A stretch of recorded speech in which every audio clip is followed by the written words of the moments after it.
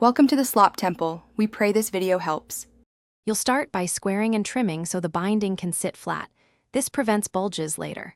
Once trimmed, make binding strips 5 wide and join them using diagonal seams so you avoid bulky intersections.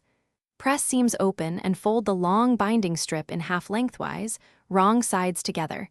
This creates a clean edge and hides raw fabric. Make sure to leave at least 10 extra on the final seam for overlap, so you can join ends neatly when you finish. You'll begin sewing the folded binding to the quilt top, starting about 10 from one corner so you can finish the join later. Sew with a 1/4 seam allowance, stopping 1/4 before each corner, then backstitch. Fold the binding up at a 45 degrees angle and down to form a neat miter before resuming stitching. Continue around the quilt, but only secure through the top. Once you've gone all the way, fold the binding over to the back, press, and prepare to secure it by hand or machine.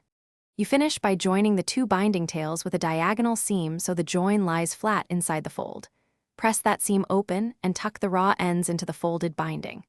Then stitch the binding to the back using a ladder stitch by hand for an invisible finish, or top stitch from the front if you prefer speed.